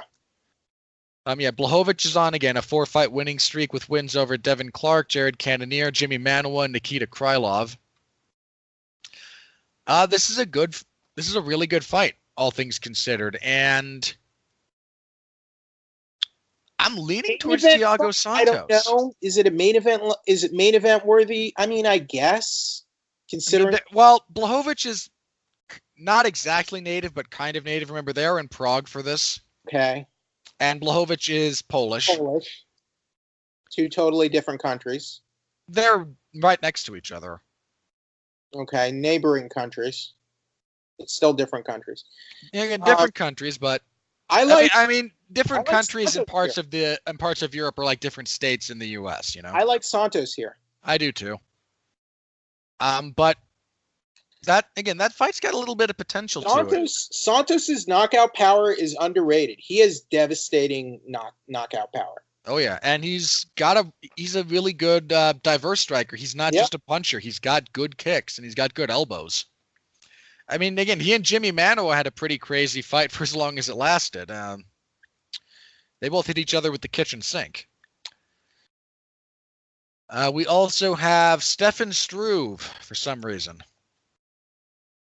Struve is on a 3-fight losing streak. Hasn't won a fight since 2016. Jeez. Struve is lucky to still be in the UFC at this point. I'd agree with that. He's fighting Marcos Rogerio de Lima. So this is a winnable fight for Struve. No, it's not. It's winnable. No, it's not. I don't think he will, but it is technically winnable. For it to be winnable for me, like he has to have a chance of winning, and he doesn't. He does here. De Lima is really not good. and Struve's best days are behind him. Also true. Yeah, I'm picking DeLima, but he's not good anymore. Gosh, Struve is one of the prime examples in MMA of wasted physical potential. It's not just the physical potential. He's had some very inspired performances. Like he's fought at a high level before. Let's not forget, he handed Stipe Miocic his first UFC loss when people had high expectations for Stipe. Yep. So that was and that was also the first loss of Stipe's career. Mm-hmm. Stipe was undefeated at that point. Yeah, DeLima. Sorry, Stipe. We have a John Vellante fight because the people of the Czech Republic have not suffered enough from a historical perspective. Why? The UFC trots out John Vellante just to punish people for existing. What I don't get is like when they trot out Vellante, they act like he's this exciting crowd pleasing. I know. And then he has these fights that are total ass that you never want to see. Like John Vellante, like the pre-fight video package for him always goes something like exciting Long Island banger, John Vellante. Like, shut up. I guess he's terrible. Like the knockouts he had were like years ago. So I mean, when was the last time he finished a fight? Hang on, I have to look this up. It was December 2016 against Perosh. No. Safarov. Okay, Safarov. Prior to that, it was Perosh. I don't even remember the Safarov fight, but it wasn't good. I mean, the two of them just swung punches at each other, but Safarov wound up jacking up his leg on a leg kick. I'm picking the guy. I'm picking his opponent. Michael Oleksiejczuk. Let's see. Is this his UFC? I'm picking. No, he's fought in the UFC before. So I'm still picking Oleksiejczuk. Look, I completely respect anyone who just won't pick John Vellante on the principle that he is John Vellante. His IQ is bad. Like his real life IQ is bad. Well, I don't know him in real life, so that might be true, but he looks like Rob Gronkowski if Rob Gronkowski got hit by a truck. Okay. And Gronkowski's not Oleksiejczuk had that no contest with Roundtree. But yeah, I still get this perception like he's this amazing, exciting action fighter. I don't get it either because there's just so much evidence to the contrary. Like, when was his last exciting? His last exciting fight might have been the Safarov fight for what it was. But even like I remember him getting knocked out by Lawler, and he just looked really sloppy. He's a sloppy fighter. Even the Perosh fight was sloppy, so. Yeah, whatever. Liz Carmouche will fight Lucy Pudilova. Oh, great. Not a bad fight. Yeah. Pudilova 2-2 in the UFC. Yeah, this is Pudilova's Polish, right? No, she's actually she fights out of the Czech Republic. Okay. No, she is native. She's native Czech. There you go. She's going to lose to Liz Carmouche. Has not made a lot of noise ever since the fight with Rousey, but she is coming off a win. Yeah, I mean, again, like Carmouche isn't great, but she's solid. Well, she's 3-1 in her last 4. I don't see her ever making. She's not making another title run, but.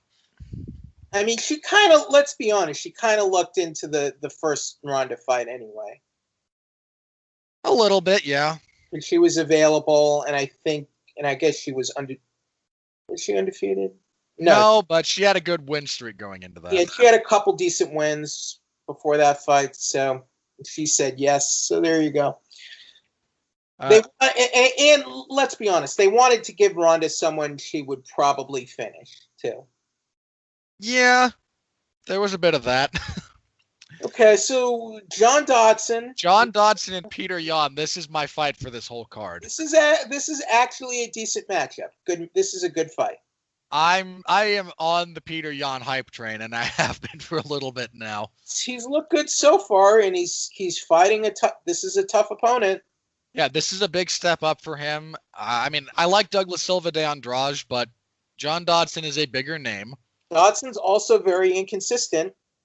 Wild. I mean, he's consistently inconsistent at this point. He's a good striker, but he has trouble letting his hands go. He has trouble pulling the trigger. On the plus side, Peter Yan is the kind of guy that will give him openings for that if he's able to pull the trigger. I got Yan here, but this could be a banger. I mean, Peter Yan's not really in bad fights. Hasn't been so far. I'm picking Yan, but this is a tough fight. It is a big step up for him. So we'll see. Yeah, it is. But man, John Dodson has just looked so not good lately that I got to go with Yan here. But that's a good fight. His best performance was like that losing effort to Demetrius Johnson, and he had some solid wins after that. But I mean, he hasn't had a good fight in a long time. Even fights he's won. I think his last knockout was Manny Gamburian. And that's Manny Gamburian. Come on. And in fairness, I seem to recall scoring the Lineker fight for him, but that was actually a pretty good fight. That was close. That was a fairly close fight, but I think I wasn't all that impressed with how he looked in the Lineker fight, honestly. Since then, it's been all downhill. I mean, the Wineland fight wasn't good. The Moraes fight wasn't all that good. The Munoz fight wasn't all that good. The Rivera fight wasn't all that good in terms of how he looked. So against a guy I think has a genuine future in the division, I can't pick Dodson here. At light heavyweight, I think we're just going to go through the rest of this and see very quickly. So we have Magomed Ankalaev, I think is how he pronounces that, who had a chance to make a really good first impression in the UFC and then gave it up at the literal last second. But he rebounded by beating the crap out of Marcin Prokhnio. He should win again here. His opponent is making his UFC debut. Veronica Macedo will fight Jillian Robertson. Probably Robertson here. Oh, this has some potential. We have Damir Hadzovic and Polo Reyes. This could be a banger. These two guys come to fight. Reyes has a good run in the UFC. Only has one loss, and that was to Vic. Hadzovic has been a bit more up and down, but scored that really, really sweet knockout over Marcin Held with a knee strike. There's some firework potential there. I actually like Hadzovic. Daniel Tamer will fight Chris Fishgold, and while Daniel Tamer isn't quite as good as his brother David, I think he'll win here. Carlo Pedersoli Jr. will fight Dwight Grant. I don't know either of those guys. Pedersoli's fought for the UFC before. I believe he lost. Grant, he has a shorter last name. We have Damir Ismagulov. I think he's fought for the UFC before. Need to confirm this. Yeah, he's the first Kazakh fighter. He's from Kazakhstan. He beat somebody. Alex Georges. That was it. Yeah, I had to look that up. He'll probably win against Joel Alvarez, and we have Rustam Khabilov and Diego Ferreira and Rustam Khabilov's a really good fight, actually. Assuming it holds together. Let's see. Ferreira, 3 in a row. Last loss was to Dustin Poirier, who's kind of tearing things up. And Khabilov on a really long winning streak. Jeez. Hasn't lost since the Adriano Martins fight. That's a pretty good one, actually. I'll probably go to Ferreira there, but there's some potential for that fight. So anyway, that will be, again, in a couple of weeks. So, Jeff, any other fights from that card stick out to you?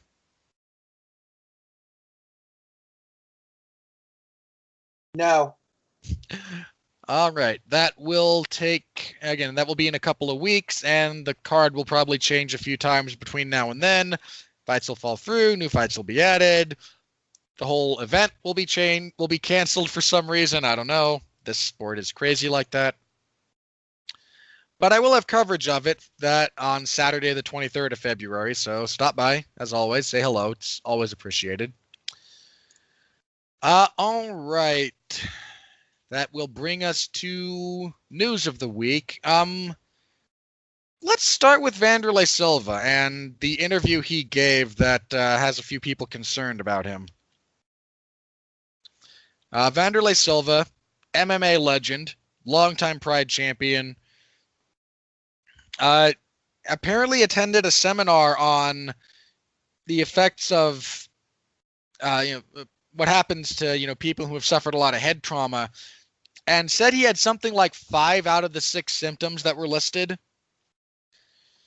which is not good. And given the head trauma Wanderlei suffered, it's not surprising. But I suppose the way I should phrase this question is, Jeff, is it at this point even really feasible for him to get licensed to fight in the UFC in the States? Not at all. Quite frankly, it was shaky when he was for his recent fights, and I think you would agree. I would. I'm just disappointed he didn't retire after the Brian Stann fight.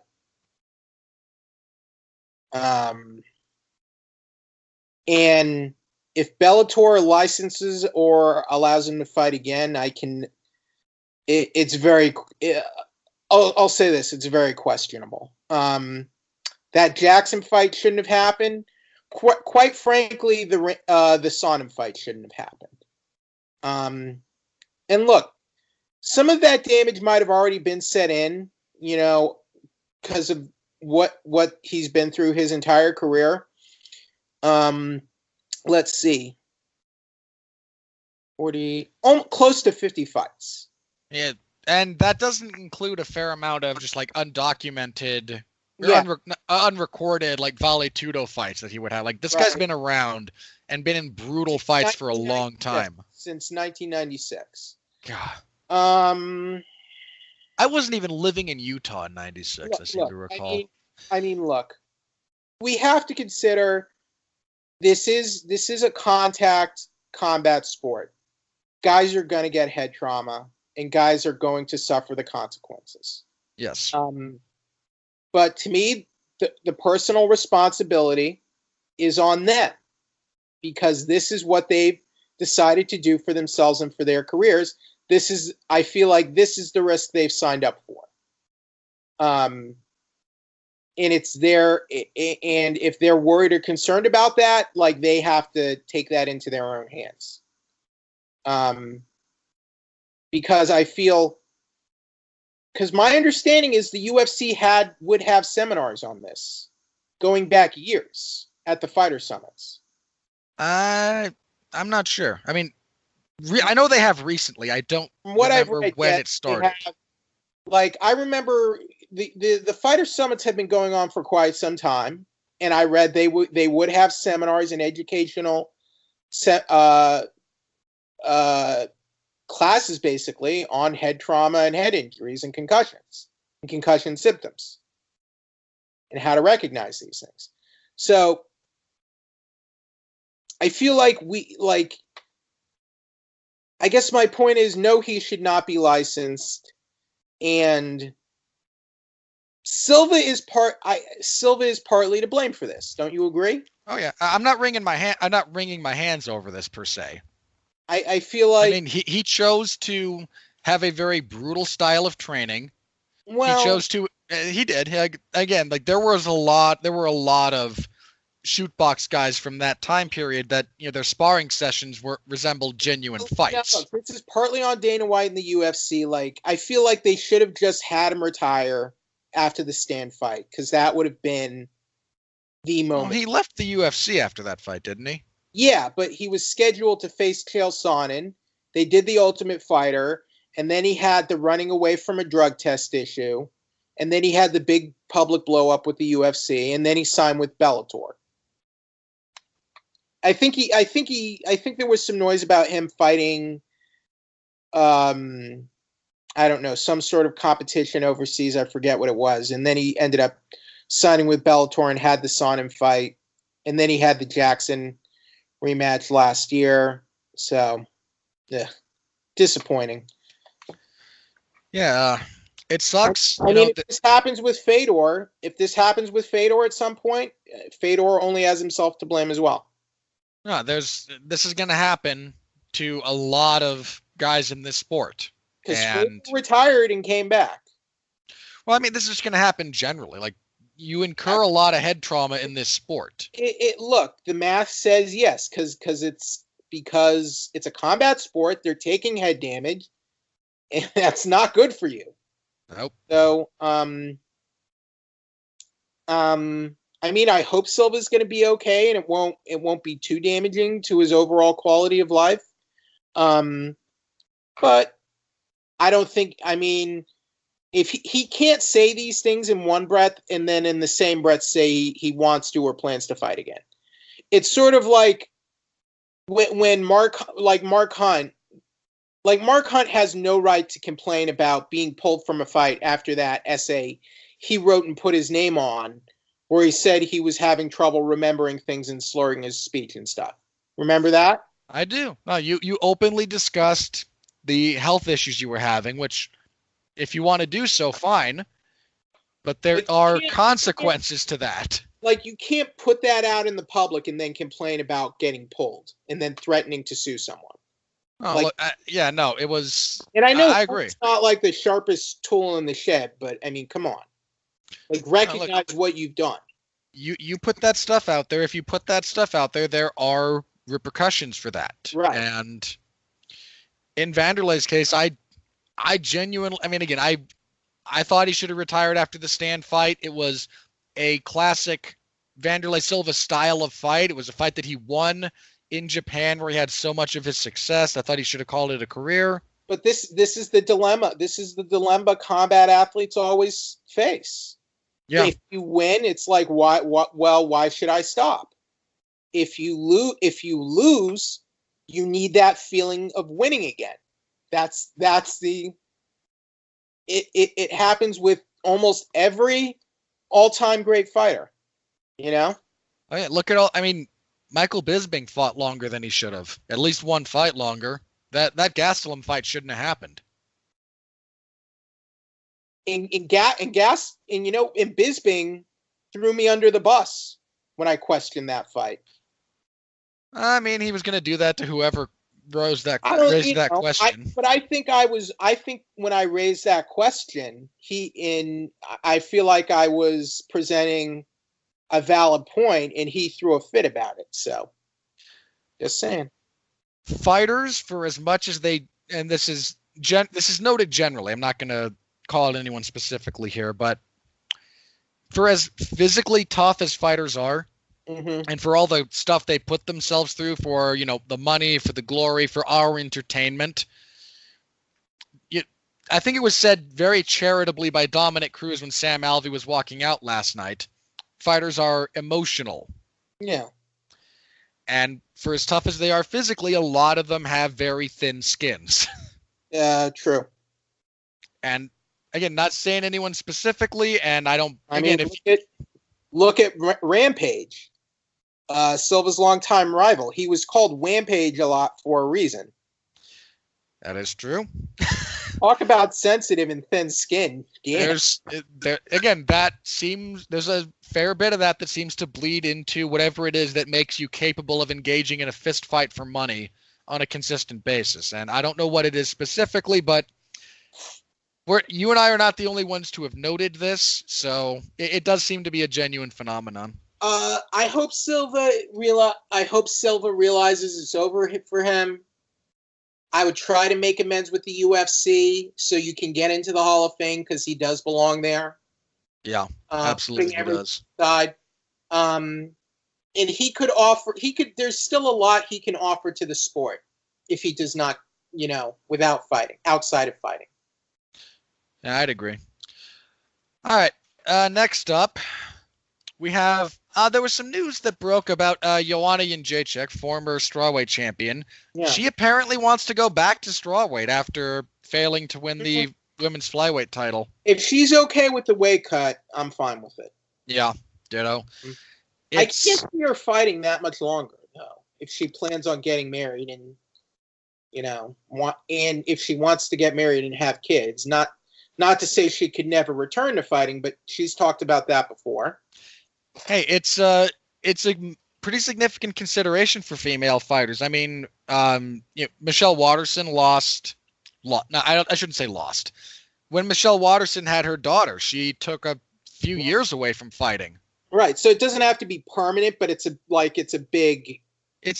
cost her, and I say cost in the very literal sense. She was on the cusp of becoming a pretty big face in women's MMA as it was starting to blow up on the UFC level, and she stepped away. Right. And then, Ronda Rousey, it's not MMA, but WWE is going through that right now with Ronda Rousey, or so the reports say. So, well, I mean, that was a big thing for Holly Holm for a while. Was she wanted to? Part of the reason she wanted to get to the title as quickly as she did was she was looking at retiring to start a family because she's in her 30s. Well, she just got divorced, so. And that's off the table. That really does, which really does suck. Divorce, it just sucks. Well, bear in mind, let me be clear. Sometimes it is the correct thing. That doesn't mean it doesn't suck. Right. Well, true. But I'm not the biggest Holly Holm fan, but I wish the best for her in her personal life. So, it's a thing with Joanna. I'm not sure how long she will stick around, especially since I don't think she ever beats Valentina. Well, and now that she's back, I don't think she beats Rose now that she's back at straw. She's planning on going back to strawweight. Well, I think when Rose fights, she's not going to be fighting Joanna anyway. No. And again, if Jessica Andrade beats Rose, and again, I do favor Andrade in that fight, then, the fact that Joanna beat Jessica so decisively in their first fight is a mark in her favor. So she might be looking ahead to, potentially regaining the title, whereas at flyweight, it's going to take a pretty big effort to get that belt away from Valentina. Game, it's a potential scenario. I can't rule that out. Okay, so let's see. Ovin St. Preux. Hang on. The last thing I had here. Sorry. There was some drama that cropped up between Stipe Miocic and the UFC, and a little bit of Daniel Cormier thrown in there as well. Stipe put out this actually pretty well put together video advocating for a title shot for a rematch with Daniel Cormier. You fought Derek Lewis while I was fighting Fires. And here's what does that even mean? Like, what is he trying to? What is he trying to shame? Why is he trying to shame DC over that? Because he wants a rematch. And he's taking whatever avenue he can get to get one. So, what does him fighting Fires have to do with anything? He's just propping himself up. Like, what does he want? A pat on the back? No. Well, yes, because most firefighters deserve that, but it has no bearing. But it has no bearing on. To me, that's kind of callous. It's kind of callous to bring that up. I'm sorry. It's largely immaterial to the argument he's making. Don't get me wrong. Daniel Cormier's response was, at the time, Lewis was a legit contender. Yeah, but Daniel Cormier's response was also pretty darn good. When his response boiled down to,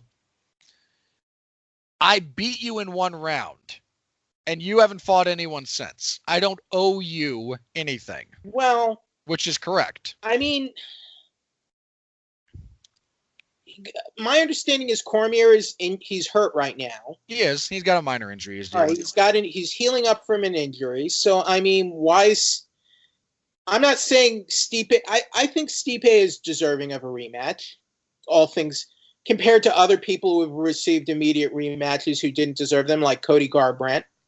I'd be fine with him getting a rematch against Cormier, but I don't know. I don't know when Cormier is going to be ready to fight again. I think Stipe is being a bit of an ass here. I'm sorry. He's being a jackass. There's a little bit of that. Look, DC's hurt. He's not ready to fight again right away. DC also doesn't want to fight him again. I mean, look, it depends. I think Stipe is a very likely option. I think because look, they wanted the Brock Lesnar fight. It seems a little unrealistic right now, to be honest, because it's WrestleMania season. He's going to be doing the Seth Rollins thing at WrestleMania. He's not fighting. Lesnar is not going to fight before then. It seems highly unlikely. You would agree, right? That he fights before WrestleMania. I don't think he can. I think the timing on his suspension mandates a little bit later date. Are you sure? I don't think so. When is he I can't remember the details of his suspension. But he's based on when he re-entered the testing pool. I thought the earliest date was January. January was the earliest. So that time frame's already passed, Robert. Now, was that the earliest he could do it, or was Lesnar will be able to compete on or after January 8th? Okay, yeah. Then he entered the testing pool on July 3rd. Yeah. Then yeah, he would be free. So yeah, and they've still got a bunch of cards they need to fill up. We'll probably see if that fight happens. We'll probably see it not long after Mania. Would be my guess. Look, he did fight. He did fight in July and then did SummerSlam the following month. I just don't see things as they stand. I don't see it getting put together that quickly with Cormier. Let me have a look at the schedule very quickly for the UFC. Unless because it's probably not going to be 236. Right. 235's in March 2nd. 235 is way too close and already has a full card. WrestleMania is April 7th. Okay, so UFC 236 is April 13th, which still doesn't have a venue. So the July 4th card, I feel like the July 4th is the earliest it could happen. You could probably do 237. No, that's the Brazil card. That's even if UFC and Lesnar are even able to come to terms for a fight, which we don't know. So yeah, 238. Again, I wouldn't be shocked if he did 236. Just because Brock does weird stuff like that. I guess. Let's see. 236 does not even have. It has neither a. Again, we don't have a venue for it. We don't have not just a venue generally, but no we way. have nothing. No way that there's no way. No way. No way. Robert, not only is there no way that happens, there's no chance in hell. It's not just a no, it's hell no. You do not do a good Vince McMahon. It wasn't supposed to be good. So yeah, 238 is probably the most. That's June 8th. I would say they would save it for the July 4th at the earliest. That seems the most likely. Depends on that depends on how. The belt. Look, he defended the belt in what? November? Big whoop. Stipe, shut up. You're a crybaby. He's always been a crybaby outside the cage. Look, my thing about this with Stipe is again, if we're talking about purely meritoriously, sure, I would have no problem with him getting. I wouldn't have had any problem with him getting an immediate rematch. But Cormier just fought a couple months ago, and now he's hurt. But yeah, no, the timing just doesn't line up here. To me, it's either Lesnar, Cormier, or Jones. If it was my decision, Stipe would get the rematch, but I don't know what they're going to do. No, and the UFC is not all that big on Stipe generally. I'd be fine with him getting the rematch. I mean, I would too, but Stipe's butted heads with the UFC on occasion. I mean, more than on occasion. And the UFC holds grudges.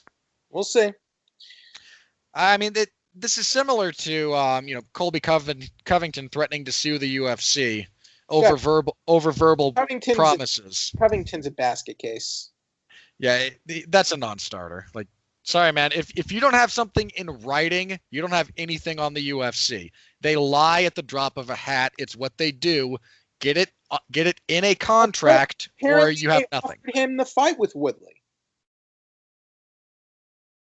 Didn't they offer him the fight? I don't know. That depends. A lot of that comes down to why did he really need that nasal surgery? I mean, probably. Like nasal issues are a big deal. Especially if you're an athlete. Did he have sinusitis? Did he have a deviated septum, or what did he have? A deviated septum would have had to have been fixed earlier than that. I don't know. Okay. But I know that, if that's what he chose to do, then that's what he chose to do. He talked himself into a title situation, and then he talked himself out of it. Yeah, and again, you don't have anything in the UFC if you don't have it in writing. I don't feel bad for him either, mind you. I don't like Colby, but just take a let. Point being, it sounded like he started psyching himself out and living the gimmick. I mean, look, here's just the big thing you should take away from this. He worked himself, to use a wrestling term, he worked himself into a shoot. I mean, look, my thing with this is if you don't have it in contractual writing from the UFC, you may as well have nothing. Well, I think Nate Diaz had a thing before where, like, they said, like, hey, we can renegotiate. Like, if you sign this deal now for the title fight, we can renegotiate later. Sure. Like, and then they never renegotiated because he signed a contract. Right. Like, again, unless they say unless you have it, like, if you have an email that says that would even make a better case for yourself. But if they didn't have that, it means nothing. Yeah, if it's not in writing, if it's not on paper, if it's not signed and notarized, you have nothing from the UFC. Robert, a verbal agreement, a handshake agreement is worth less than the air that you breathe. Wait, no. Look, a promise from less than what you flush down the toilet. There you go. A promise from Dana White and $6 will get you an overpriced cup of coffee at Starbucks. It means absolutely nothing. To me, it means less than nothing. Frequently, it means the opposite of what they say it means.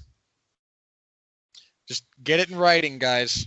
Seriously, because otherwise, Dana White, it's any handshake or verbal agreement does not mean a damn thing, and they do not hold up in court for a reason.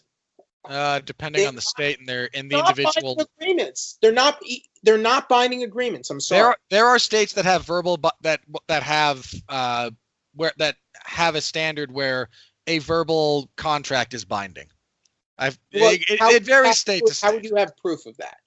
Record it. Where would the proof? Where's the proof of the verbal contract? Unless it's on audio. You either record it or you wind up in court a lot of times trying to determine the specifics of the agreement. That's very sketchy. It varies from state to state. It's curious.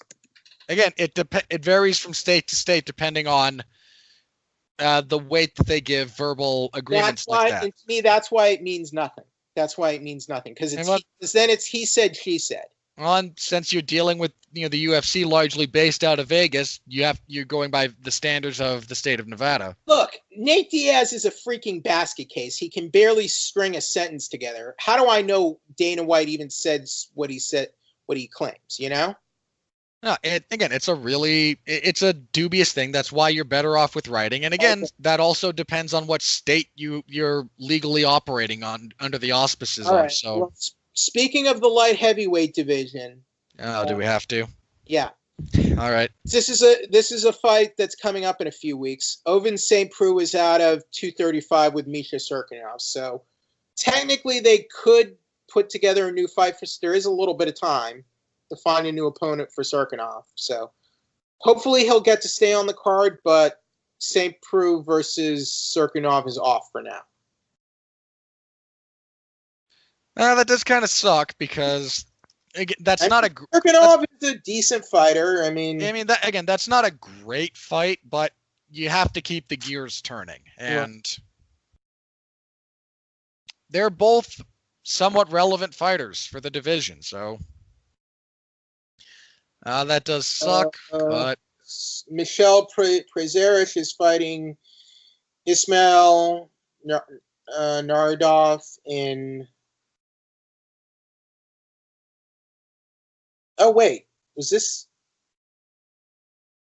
on the card we just recapped? what, Frazerish? Yeah, Shouldn't be. the one we previewed.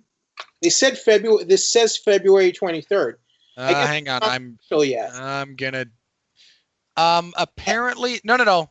Prazeres was supposed to fight Amiv. Amiv got injured. He's fighting Ismail Nardev. That whole event is so oddly set up. There's a few fights that have actually fallen out that are listed as still being there. So, no, we did just, that is supposed to be there. We just missed that one. For the record, I have Prazeres because Prazeres is kind of a tank. Let's see, and then David Branch is fighting Jack Hermanson on ESPN2 in Philadelphia. So there's that. So that's another decent fight, I think. Yeah, not the worst fight in the world.